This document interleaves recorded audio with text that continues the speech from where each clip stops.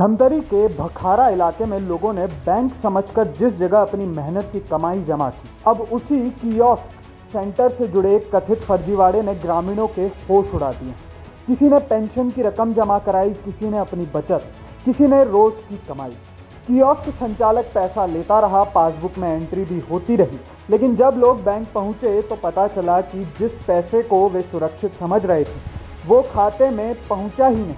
ये मामला भखारा थाना इलाके का है। यहाँ SBI कियोस्क सेंटर चलाने वाले बालोद निवासी केशव साहू उर्फ केशव राम साहू पर ग्रामीणों की 1 करोड़ रुपए से ज़्यादा रकम के कथित गबन का आरोप लगा।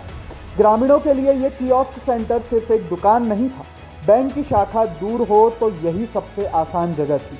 किसी को खाते में पैसा जमा करना हो, किसी को पेंशन का काम हो, किसी को बैंकिंग से जुड़ा कोई छोटा मोटा काम कराना हो, लोग इसी कियोस्क सेंटर पर पहुंचते थे और आरोप है कि इसी भरोसे का फायदा उठाया गया।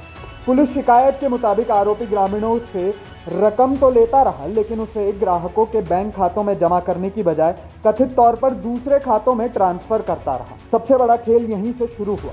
ग्राहकों को मशीन से होने वाली एंट्री या बैंकिंग सिस्टम का स्पष्ट रिकॉर्ड देने की बजाय कई मामलों में हाथ से पासबुक में एंट्री की जाती रही। ग्रामीणों को लगा कि पासबुक में रकम चढ़ गई है, मतलब पैसा बैंक खाते में पहुंच चुका है, लेकिन धीरे धीरे जमा होती रही रकम और किसी को अंदाज़ा तक नहीं हुआ कि खाते और पासबुक की एंट्री में फ़र्क पैदा हो रहा है। फिर आरोपी के फरार होने के बाद ग्रामीणों को शक हुआ। लोग बैंक पहुंचे और अपनी पासबुक और खाते अपडेट कराए और यहीं पूरा मामला खुलने लगा। पासबुक में रकम जमा दिख रही थी, लेकिन बैंक खाते में वो रकम मौजूद नहीं थी, जिसे लोग अपनी ज़िंदगी भर की बचत समझकर सुरक्षित छोड़ आए थे। उसे खाते में न देखकर कई ग्रामीणों के होश उड़ गए।